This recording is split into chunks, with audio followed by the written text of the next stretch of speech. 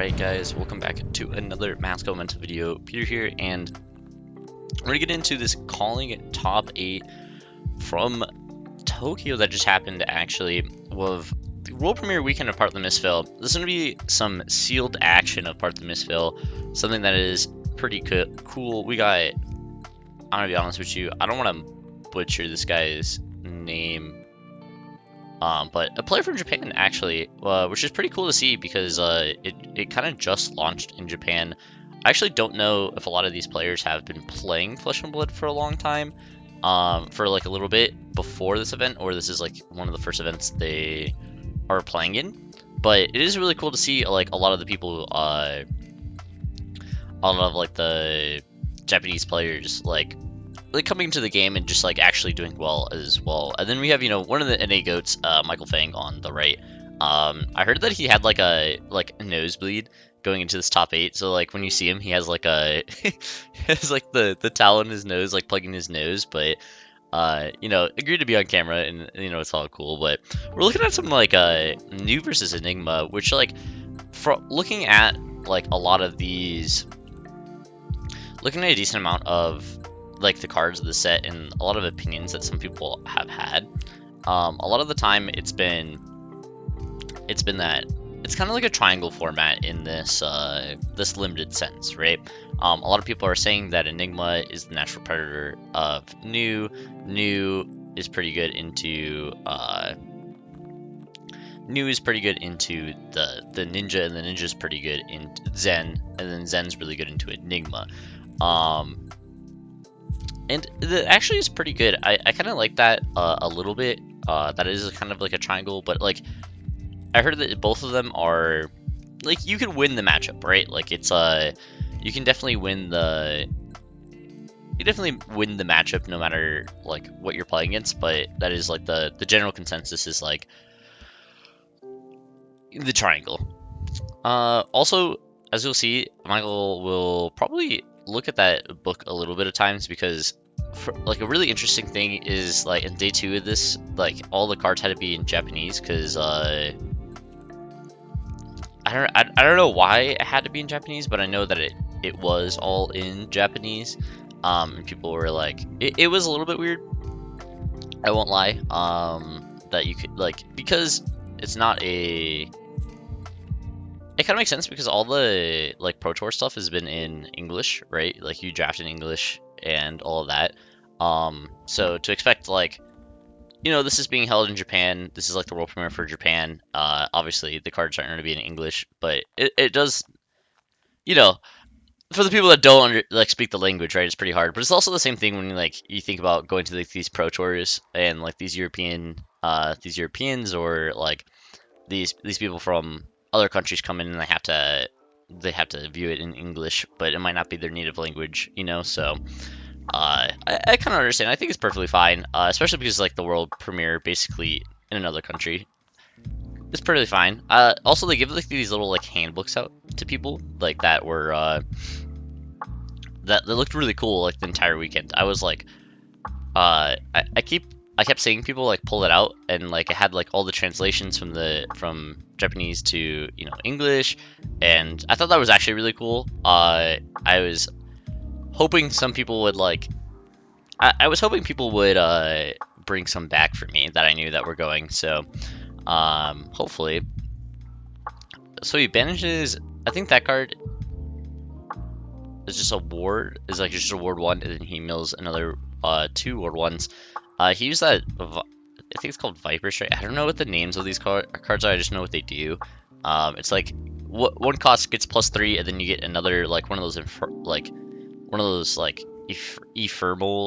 I don't know if that's like the word for the card, but like it gets just gets a +1. So he puts it on Double Trouble, which is like the 0 for 3 stealth card, and if there's 2, I think it's 2 or more reactions on the chain, he gets an additional like +2 or +3. So he just goes really tall on that one.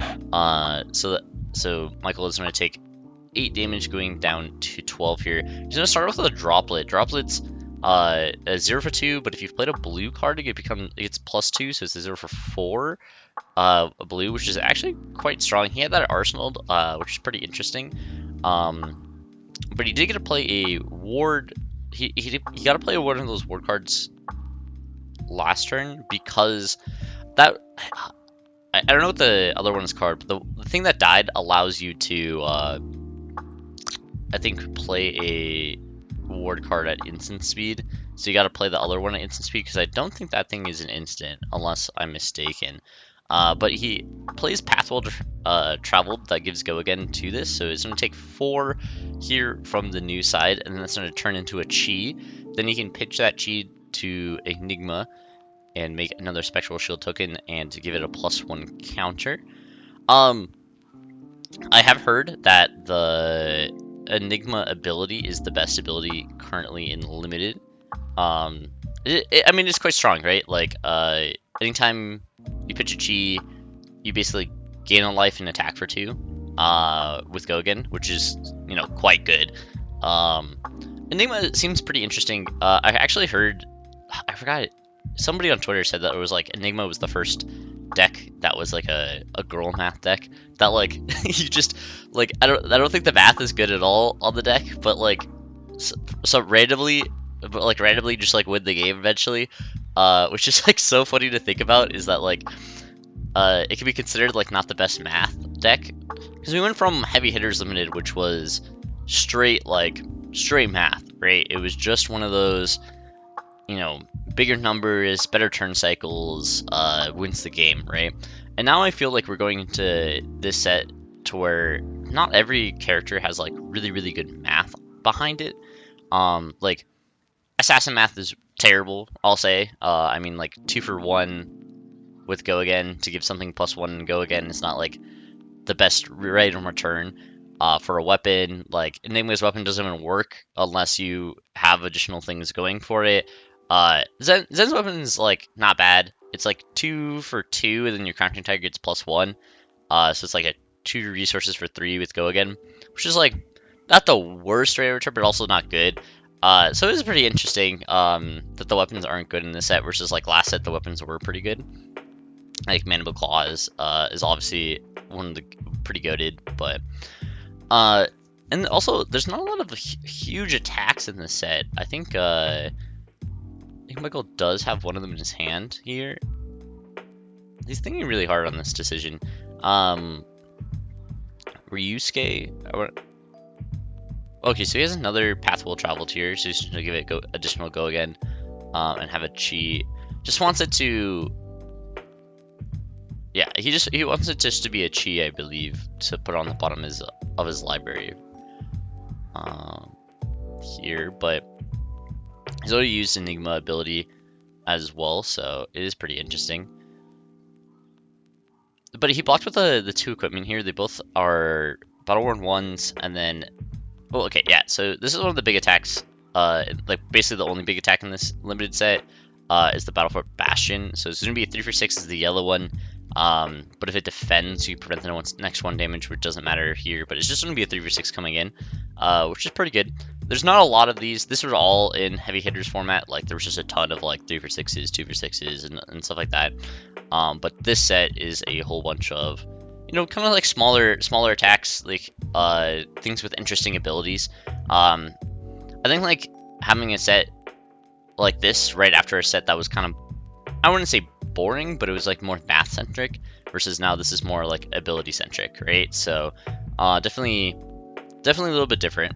And pretty cool. This is like one of the good ones from the assassin. This is gonna be pick the pieces, I believe. It's this is gonna be the yellow one, so it's a 0 for 2 stealth card. But if you've played it in attack reaction, it can't be prevented.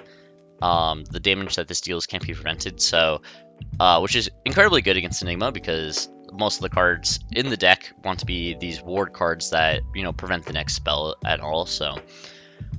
This is one of the ways that I know you can get additional value from the new side to try to win this matchup versus Enigma. You can see, like, Michael's board state is pretty cool. I think he has, like, a ward 3 and 2 spectral shields here, so he has a ward 5. If this pick the pieces, you know, surely gets to attack actions, because the boots target it and give it Go Again. The arms target it and then give +1. And they count as, like, uniquely I found out they actually count as 2 reactions here, which matters for double trouble, because it targets it, and then you get the infernal thing. So like the slither, we'll give it go again here. So that would be two things right here. So he's just gonna take it here, which is actually pretty interesting.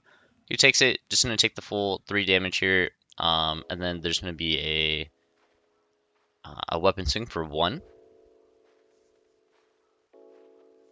I remember when the set was like still kind of in previous season, but like a little bit before. We saw like a leak of this assassin weapon, and like I honestly looked at it and I was like, I don't know if this is real because like it doesn't have piercing. All the assassin weapons usually have piercing. Also, it just cares about blues a lot, and I was like, maybe I don't. I was like, maybe this like doesn't actually make too much sense. And then it got revealed, and I was like, damn, they actually did it. It doesn't have piercing, but it is actually pretty cool. I think the theme of it for this limited set makes a lot of sense here, because after playing like a decent amount of Outsiders limited recently, because my locals love drafting Outsiders at our armories, I've realized just like how good Spider Bite it has been. Again, like going a long time without drafting that set and then going back to it, I'm like, oh, Spider Bite is like incredibly cool, incredibly good card as well. So now we're looking at he pitches this. I believe this is the one, if you've pitched a blue card, you put 3+1 counters onto and you create a spectral shield on there. So pitches this blue, obviously, is gonna come in for 4 with a spectral shield here. The +1 counters don't make them have more ward, but they do attack for more. Which was, unless it's like the Miragi one, I think attacks for like, if it has the ward and the amount of counters, attacks for both, so it's like 8. And then he is gonna pitch this and then come in for another 4 here. This one has ward 3 and then has a +1 counter, so it's gonna come in for 4. So basically he gives up his board from last turn, and it looks like he didn't have like maybe any block cards in his hand, maybe 1 from Michael's side. So he basically has to give up his board from the previous turn and then make a new one, and just hope that his opponent doesn't have another unpreventable like assassin attack, right? Like you can't really do too much about that. Your opponent basically has taken pretty much every damage that you've thrown at him from the Enigma side, so he might not. Like, he's been trying to keep a lot of 4 or 5 card hands. He did not use all his cards from the previous turn, so we'll see what he can do here. So something pretty interesting is this is quarterfinals. It is first versus third place, because for how like draft works, how like limited works for top 8s is that you actually don't play like in CC. You play like 1-8, like 2-7, stuff like that. But because you do sit like that, like first place sits in like seat 1 for like the draft pod, but they actually randomize the pod after you draft just for like competitive integrity. Because like you pass against a certain person and like other stuff like that, so it is pretty interesting. Because like collusion, shit like that. Which I don't know how structured that is, but it's fine. But I thought that was pretty interesting that I was seeing like first play third in this quarterfinals, and like people were like, oh, why is like 7th playing 8th? And I was like, I don't know. I guess they randomized it. But I think it's pretty cool to see. Then we have this Our Desire Soul here. So if it hits, you banish a top card, and if it's a yellow card, you draw a card and gain 1.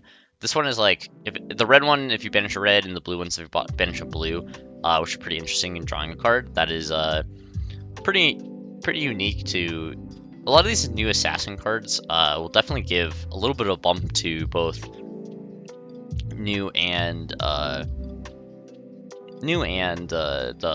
Azuri. Because all these, like, the problem was with these stealth cards was, like, you just didn't have, they didn't actually have good on-hits, right? Like, you had the Blood Rot, you had the Inertia, and, like, the Frailty token, right? But, like, they didn't really do anything, and they were super situational. But this one is, like, they always banish something, the Double Trouble gets additional power, like, it's just, like, subtle things here, and most of them kind of work better in new, but I know the assassin will get a decent amount better in this set moving forward, which is kind of cool to see.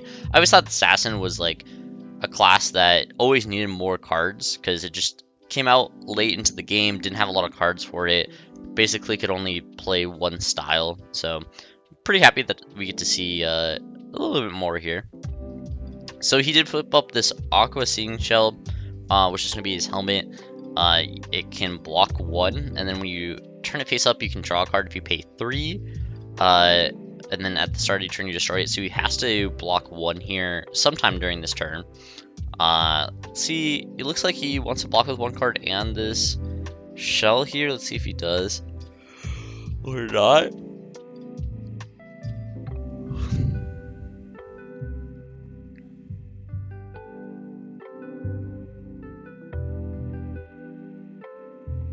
Okay, he does block with the shell. Let's see if he blocks with that additional card as well or not.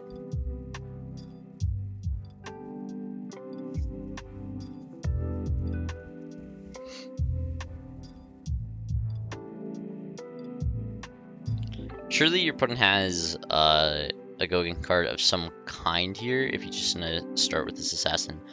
That's why, like, I don't know, I'm like not the biggest fan. I don't know, I'm not like a assassin is like not a deck that I like would play. It's kind of like the same thing with warrior, where it's like it's one of those like attack reaction decks that are trying to get sneaky and get like Q with it. It's not like a deck that I primarily play. But looks like he pumps it to 5. And the ward is going to be taken out, so gets the full 5 here, so it's 5 to 6 here as well. Michael has 3, so there's 4 cards in his hands, yeah. And then we do have Gogan here, 2 floating, so we could swing with the Mistblade and then go in for another attack here.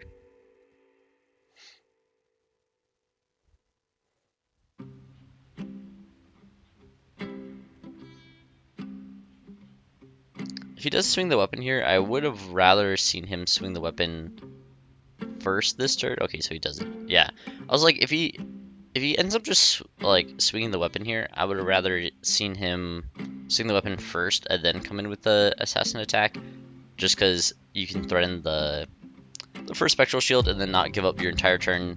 Like, because you attack with that first, like everybody knows it's like face up that you have like a go again spell, right? So if he did end up swinging that, I would have liked to see the other way, but perfectly fine here. Just has the 1 for 5 Gravekeeper. They printed literally another card that hates on Fi this set, which is actually crazy because I haven't felt Fi has been good in a very long time since the Belittle ban. And then he like randomly won Worlds, and everybody was like, "How did this deck win Worlds?" But it pitches a non-block to play this Illusionist Instant Aura. So it has ward 3, it's the one that gets a +1 counter, so it's attacking for 4. Your opponent's at 5 exactly here. This is going to actually take it to go all the way to 1. So we use the hat and the chest piece from the Enigma side, and we use the legs. But we're going to be at 1, and then we're going to flip up this Heirloom of Snakehide. We have 1, you may turn it face up, as Battle Worn 2, so you buff for 2 and then for 1 here, but it has to start when you're at 1 life here, so that's actually, it's quite strong, but you do have to be at exactly 1 life, and then turn it face up, so pretty interesting here. Bottoms of Memory, you have to banish something with the same name, and then you gain 1 life here. It's cool art. Has like a mask, and then like the lady has her like tongue out, like sapping like the life force from the thing. So it's pretty cool. It is only attacking for 1 here. Did not Mistblade first to try to give it a go again, so I expect either a go again attack action response here, or we're trying to go tall here. Michael checking the pan flip, trying to read some cards here. I always think it's, I don't know, it's so funny to me. My friend went, and I believe he also got a pan flip, and I'm gonna hope that he gives it to me, because I think that's actually super cool. But yeah, looking through here, most likely has a decent amount of attack reactions over this bonds here. You're at 1 to your opponent's 6. He has ward 3 up, so he's like relatively at 9 here. But like, I believe you still have a 4-card hand, I believe. So 3 cards in hand, and then a arsenal as well. So looks like the 3 blocks gonna come out from Michael.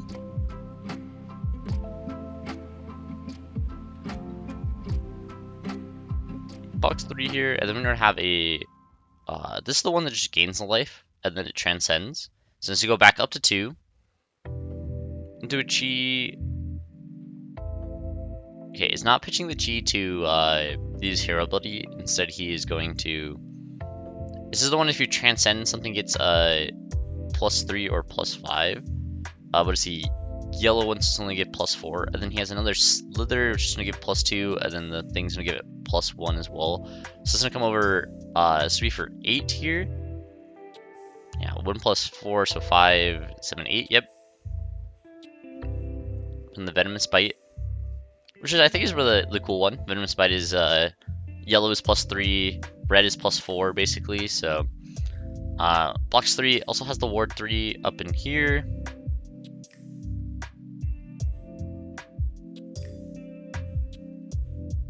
Michael making sure he has the translations 100% correct here. Alright, takes 2 after the ward pop. And banishes.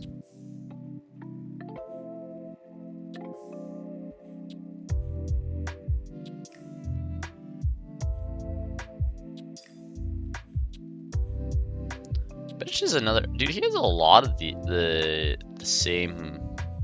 I think they're block 3s, so he probably picked that up. There's not a lot of block 3s, so.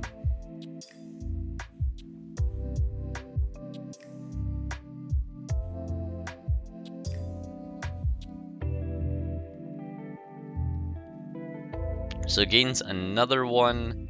So he has a 4 life here. What is he?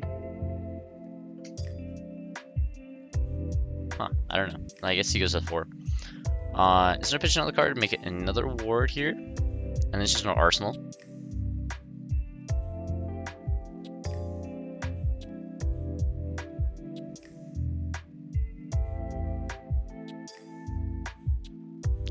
Yeah, so Haunting Spectre doesn't have go again, but it end isn't an instant. So, but has ward 3, and then if there's no other auras when it leaves, then you can create a spectral shield and give it a +1 counter. A lot of Enigma is just playing a lot of these wards, hoping it doesn't die, waiting for your opponent to have like a suboptimal turn. Looks like he just has double blue, a go again. Oh, it's just triple blue. Does have triple blue on this turn. His assassin attack is just a blue card. Michael's gonna give him 1 card here for this Mistblade.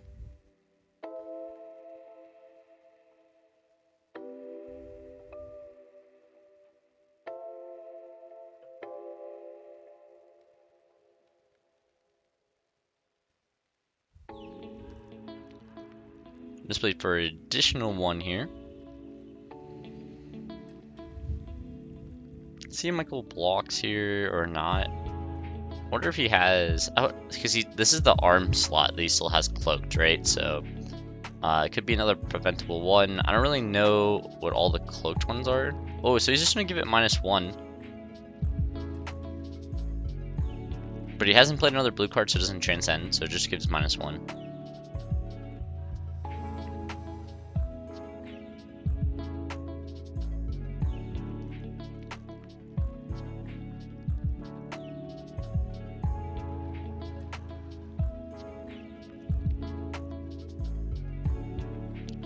Now we're looking at his hand. He has a 0 for 1.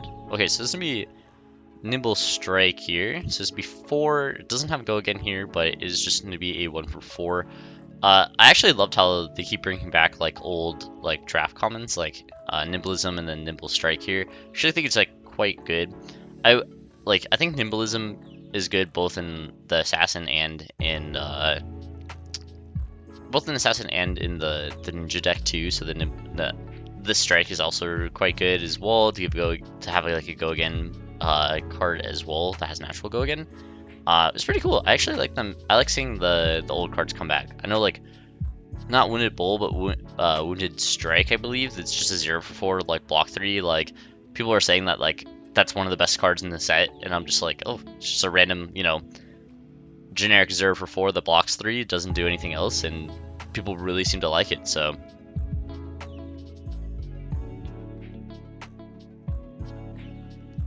Okay, so he's just gonna let he does have the Goken card in his hand. So he could have, oh, you can't target a generic with it. I believe it has to be Assassin or a Mystic. I believe so. It's just gonna be a 4. Just gonna take 1 from Michael's side, and then this special shield is gonna come in that it makes from that aura. It has a +1 counter, so it's gonna be 2 go again here because it is the first one is free from Enigma's ability. So has 2 go again from the spectral shield.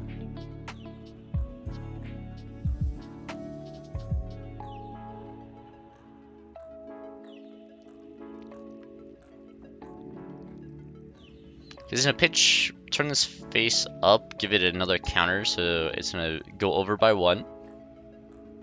So blocks for that chess piece for 2 battle ward, put a +1 counter at the ward, and this has ward 1 here. And then has that Wounded Bull, but this is just be the yellow one, so it's just gonna be a 0 for 3 here. Just trying to take another additional card from his opponent's hand.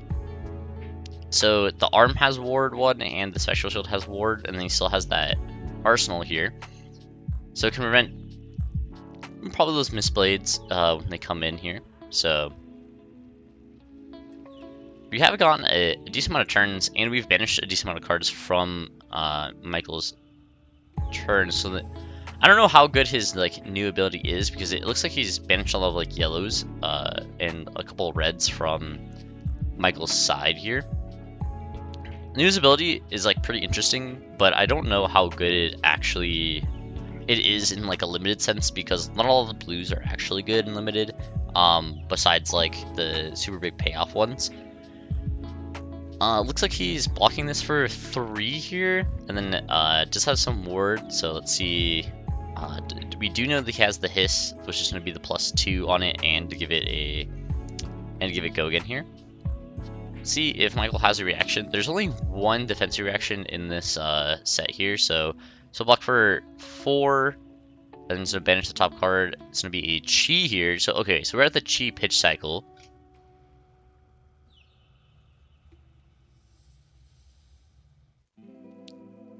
Looks like he has 1 more card in hand and 2 floating here. We come in with this beckoning Mistblade for 1.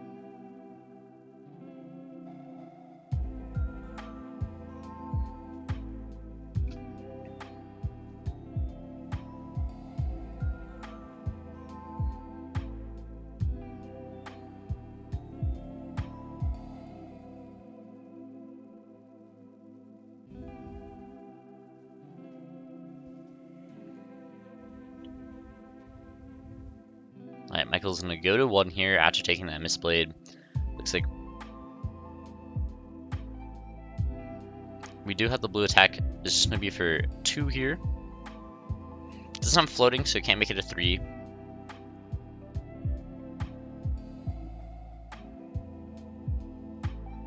What is pretty interesting here is like if he has a 2 or a 3 block here, you pitch that. He has 2 cards in his hand.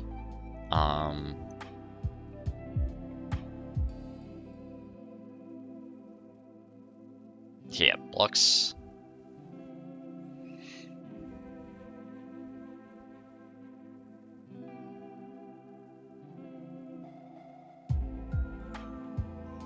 I'll pitch the chi to Enigma ability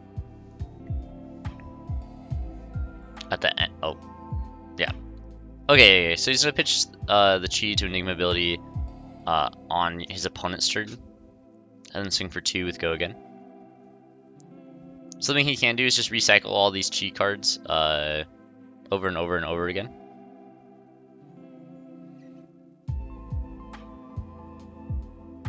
He's gonna block 1 here, so take 1, go to 2. Okay, finally gonna reveal his arsenal. He's gonna pitch that chi. He's just gonna make it another special shield. Actually, don't know what that. I don't know what that card does. Yeah, I have no idea. I mean, it made a special shield, I guess, and also, I guess, has ward. Okay, ward 2. When it leaves the arena, if you control no illusionist auras, the next time you would be dealt damage by blue source's turn, you prevent it. It has ward 2. And then he pitched to Enigma ability to make another special shield then. So he played this for 0, then made another thing from Enigma ability. Coming with the 1 from the Mistblade here. So this is going to be pretty interesting. He can just like keep pitching these chi cards here. Oh, okay, so he has the -1, and then he's going to transcend twice. And then he's going to put one of these cards to the bottom of his deck with the other transcend card. Puts the card to the bottom. So then he's going to get double chi here, so he's going to prevent this first one. Most likely he's going to also Enigma ability again to make another Spectral Shield token. And then, yeah, put an action card from your graveyard to the bottom of your deck. So just put that, redo the Bastion. Bastion's pretty big. That 6 power here, getting through. Does get the double chi here as well. So he gets to stop this, attack basically for free. Get the 2 chi back in his hand. Has another time to make the Enigma.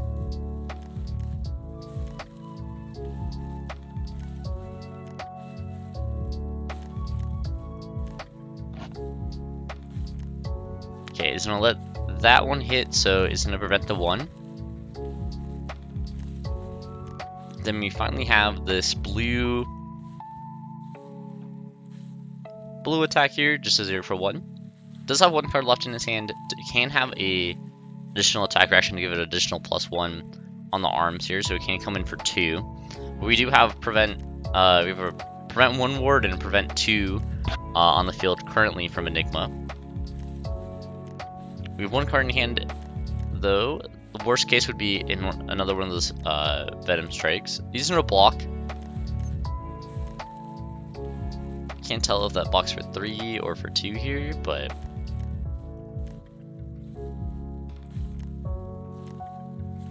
ooh, does have a Venom Strike here. It's a red one.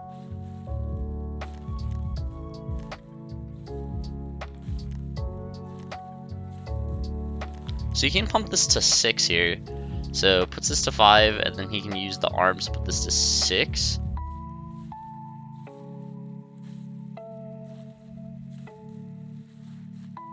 I don't know if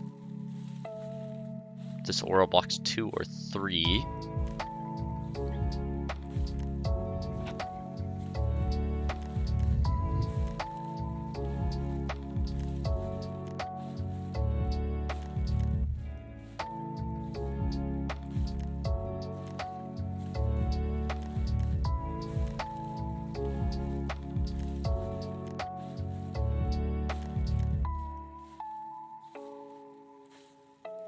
Okay, so it does block for 3 then. Gets all the prevention out. It's gonna pitch that chi on the following turn. It's gonna come for 2 go again here as well. You can see how good the loop Enigma can be doing here once you get a whole bunch of chi and these ward things for the late game, especially when you're at these lower life totals here. Especially because New doesn't actually do an amazing amount of damage here. So okay, it makes another one here. So it's an attack for 2 and then for 2. So he has a 2 chis, a droplet, a Battlefield Bastion in his deck, and maybe 1 or 2 block cards here from Michael's side. So he attacks for 2 and then for 2 here.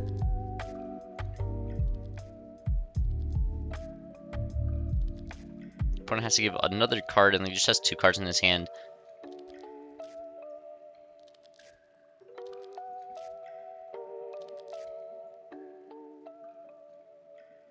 This is why people like this Enigma side.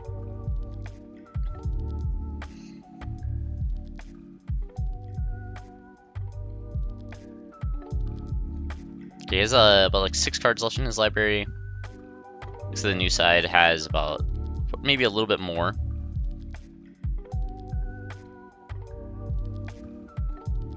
Another 2 coming in. But Enigma should, like, eventually have more cards in his, like, eventually mill the new out, because he can't just pitch these cheese every time. Ooh, but you can see here we have to prevent. It can't be prevented attack. So it actually has to be traded with at least a 3 cost. At least a 3 block. So pitch for this misplaced here. Looks like we have 2 cheese, 2 block cards.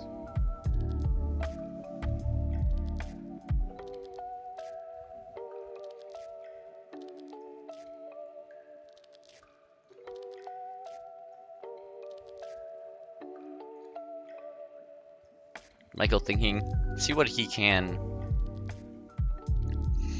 Okay, it's just gonna take the 1 here. It's gonna use the preventive shield here.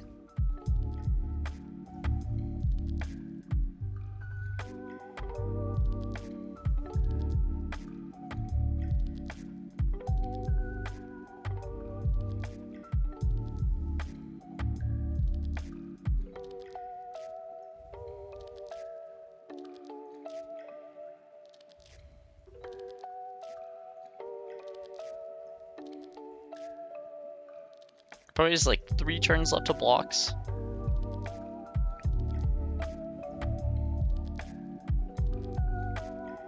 Is it an attack for 3? Does have the 3 block here with the Boon and Bull.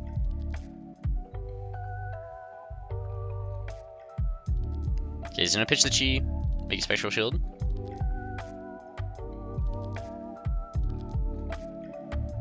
Attack for 2 Gogan here. Okay, we do have a Chi from the new, so we can't block with that.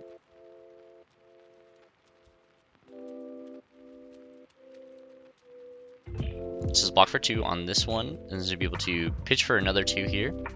Pitch for to attack with another 2. Block, and then this is gonna be another spectral shield token and attack for another 2. This is the this is the power of Enigma late game with all the cheese and making spectral shields. So such incredible like late game inevitability with this Enigma deck. Now your opponent only has 1 card in his hand. All he can do is like, oh, banishes the Chi from the top of his deck. It is a blue. Can you play anything from here?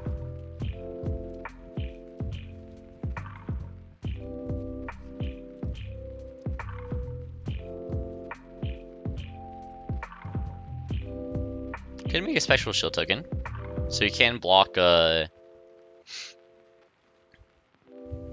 Technically, can block one of these things. Oh, okay. Wait, he's playing oh, you can play multiple. Damn. Okay, he plays multiple. Is gonna make. Is gonna pitch a Chi, making another spectral shield token with the counter. Here, pretty sure for 2 go again here. Okay, so you have 4 block cards in your hand, but isn't enough to stop this onslaught from Michael.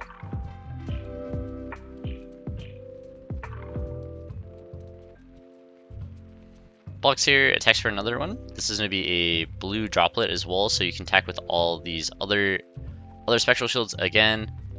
He's going to use the preventive stuff here. It's going to attack for another 2. He's going to take another card from his hand.